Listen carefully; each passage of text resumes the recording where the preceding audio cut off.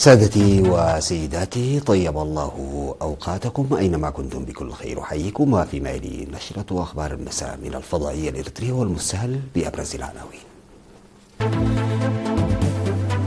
الجاليات الإريترية في الإمارات العربية المتحدة تنظم مهرجانها السنوي. إدارة الإقليم الأوسط تشيد بالمشاركة الفعالة لقوات الدفاع في بناء السدود. إشادة بمشاركة المجتمع في البرامج التنموية في مديرية عدقية. الصومال يلغي جميع الاتفاقيات المبرمة مع الإمارات. وفاة العشرات إثر غرق عبارة في نهر النيجر بشمال مالي. عام 2025 ثالث أكثر الأعوام حرارة منذ بدء القياسات. السلام عليكم ورحمة الله. أقامت الجاليات الإريترية في الإمارات العربية المتحدة مهرجانها السنوي في دبي في الفترة من 9 وحتى 11 من يناير تحت شعار خطنا درعنا المنيع. افتتح المهرجان كل من رئيس القنصلية العامة الإريترية في دبي وشمال الإمارات السيد محمد محمود سليم، ورئيس الشؤون العامة والمجتمعية في الإمارات السيد تسفو قبل تنسائه. وقد أضفت المحتويات الحماسية والمشاركة الكبيرة من المواطنين رونقا خاصا على الحدث وفقا للأنباء التي وردتنا من دبي. وقال رئيس الجالية الإريترية في دبي وشمال الإمارات السيد عمر محمود إن المهرجان يجسد قوة الوحدة الوطنية وتماسك الجاليات، ودعا إلى تعزيز مشاركة المواطنين. وشكر رئيس الجالية الإريترية في أبو ظبي السيد الأمين علي جميع من ساهم في إنجاح الاحتفال، وحث المواطنين عموما والعائلات خصوصا على فهم أهداف المهرجان وحثهم على العمل على ذلك بجدية. تضمن التجمع الوطني السنوي الذي استمر ل3 أيام معرض مرئي ومادي استعرض تاريخ الكفاح التحرري وبرامج التنمية الوطنية وثقافة المجتمع الإريتري وأسلوب حياته وموارد السياحة والتراث وأنشطة الجاليات الإريترية المقيمة في دولة الإمارات العربية المتحدة. كما تضمن المهرجان فعاليات ثقافية ورياضية متنوعة.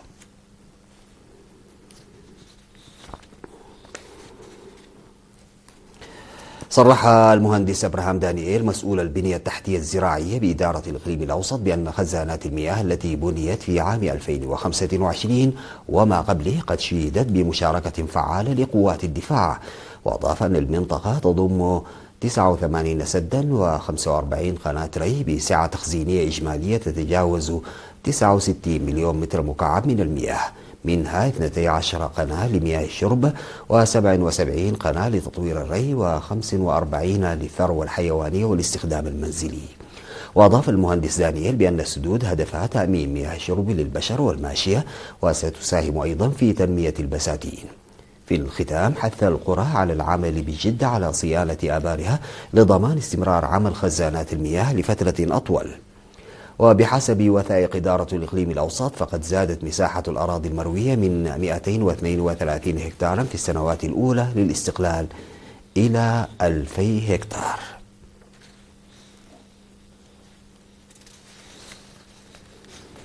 أفاد مكتب إدارة مديرية عدقية أنه تم تنفيذ برامج تنموية شملت أنشطة الحفاظ على المياه والتربة وبناء فصول دراسية إضافية للمدارس وصيانة الطرق التي تضررت جراء السيول وهطول الأمطار والتشجير، بالإضافة إلى تقديم مساعدات متنوعة لأسر الشهداء. جاء ذلك في اللقاء التقييمي الذي عقد في المديرية بحضور مدراء إدارات الضواحي ومسؤولي فروع الوزارات وممثلي المواطنين والأعيان. ذكر فيها المدير التنفيذي للمديرية سيد كيروس قبرمانيام أنه تم إنشاء 789 مترا مكعبا من الحواجز المائية وأكثر من 66 كيلومترا من القنوات الحوضية، إلى جانب صيانة أكثر من 40 كيلومترا من الطرقات الترابية. كما تم تقديم دعم مالي ومادي للمدارس بكلفة تجاوزت ال2 نقفة، إلى جانب المبادرة على حراثة وحصد زراعة 44 أسرة شهيد وتقديم دعم مالي ل123 أسرة شهيد. وأضاف السيد كيروس في ختام تقريره أنه لا تزال الأعمال جارية في مشاريع مد شبكة أنابيب للمياه الصالحة للشرب من وادي بور إلى مألوية، وحفر بئر في عد لجي، بالإضافة إلى مد شبكة كهرباء من مدينة عد قيح إلى القرى المجاورة لها. وذكر قائد مركز شرطة عد قيح النقيب كدان فتوي بدوره أن معدلات ارتكاب الجرائم ارتفع بنسبة 11.6%، وانخفض معدل المخالفات القانونية المختلفة بنسبة 4% بحلول عام 2025 عن مثيلتها التي سجلت في عام 2024.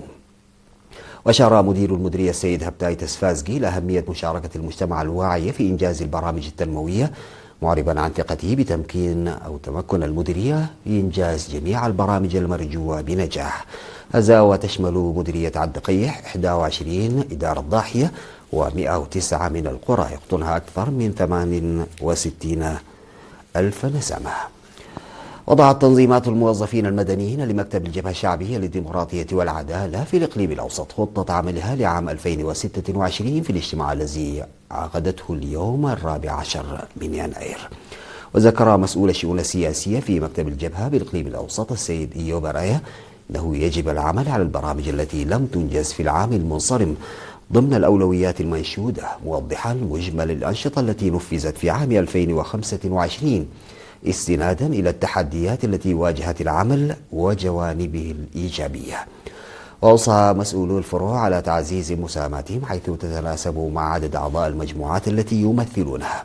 وقدم المشاركون بدورهم اقتراحات وتوصيات ذكروا فيها ضرورة مواصلة مبادرات دعم أسر الشهداء التي تنظم بمشاركة الموظفين والطلاب والأهالي، بالإضافة إلى السماح للمواطنين لكي يتمكنوا من بناء الأراضي التي حصلوا عليها ضمن لوائح حق الاستفادة من الأرض وأخرى ذات صلة بشأن تقدم أنشطة التنظيمات.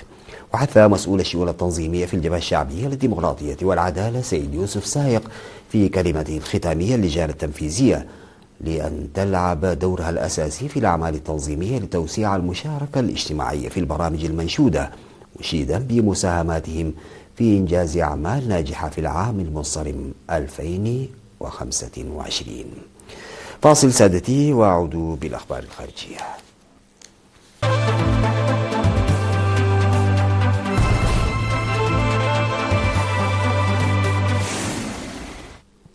قرر الصومال إلغاء جميع الاتفاقيات المبرمة مع دولة الإمارات العربية المتحدة ردا على اتخاذ أبو ظبي خطوات تقوض سيادة البلاد ووحدتها واستقلالها بحسب بيان لمجلس الوزراء الصومالي.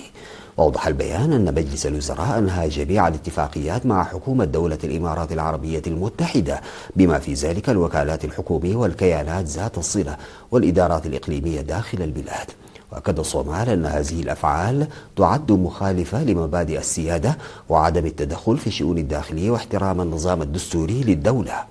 وكانت الاتفاقية الأمنية الموقعة بين الدولتين التي تركزت على التعاون العسكري ومكافحة الإرهاب تنص على تقديم الإمارات دعما للقوات الصومالية من خلال التدريب والتجهيز وتوفير الأسلحة والمعدات، فضلا عن السماح لها بتنفيذ عمليات عسكرية وأمنية داخل الأراضي الصومالية برا وبحرا وجوا.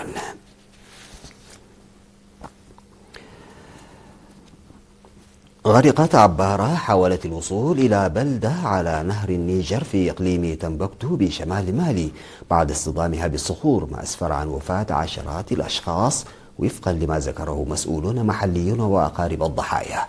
وأوضح المسؤولون أن الحادث الذي وقع في بلدة ديري ولم تصدر السلطات المحلية بعد حصيلة رسمية للقتلى، لكن المقيم الإقليمي ونائب الجمعية الوطنية السابق الكايدي توري قال إن 38 شخصا لقوا حتفهم ونجا 23 آخرون.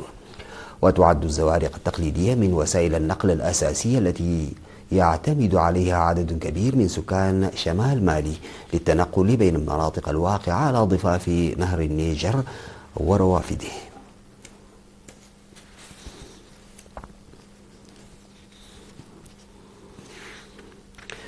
قال علماء أوروبيون إن الكوكب شهد العام الماضي ثالث أعلى معدل حرارة مسجل على الإطلاق، ولا يتوقع يتراجع في موجات الحر خلال عام 2026.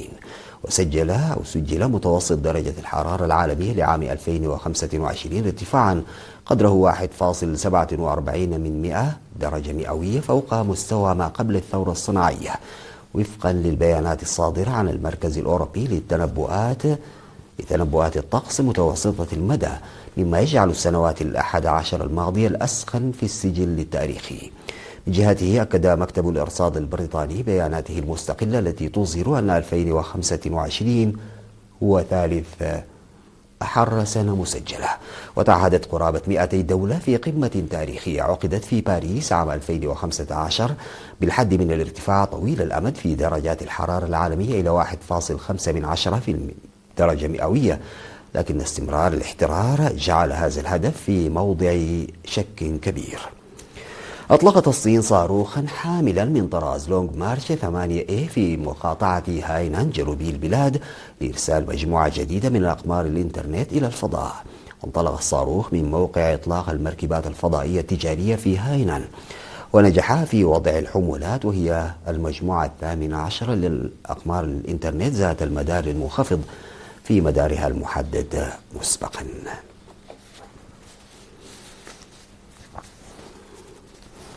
ختاما سيداتي وسادتي لنشرة الأخبار إلى حضراتكم تذكير بأبرز العناوين. الجاليات الإريترية في الإمارات العربية المتحدة تنظم مهرجانها السنوي. إدارة الإقليم الأوسط تشيد بالمشاركة الفعالة لقوات الدفاع في السود. إشادة بمشاركة المجتمع في البرامج التنموية في مديرية عدن. الصومال يلغي جميع الاتفاقيات المبرمة مع الإمارات. وفاة العشرات إثر غرق عمار في نهر النيجر في شمال مالي.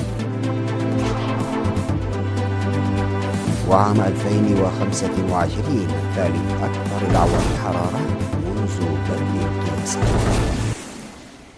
انتهت نشرة أخبار المساء قدمتها لحضراتكم من الفضائية الإريترية. شكرا لمتابعتكم. السلام عليكم ورحمة الله تعالى وبركاته.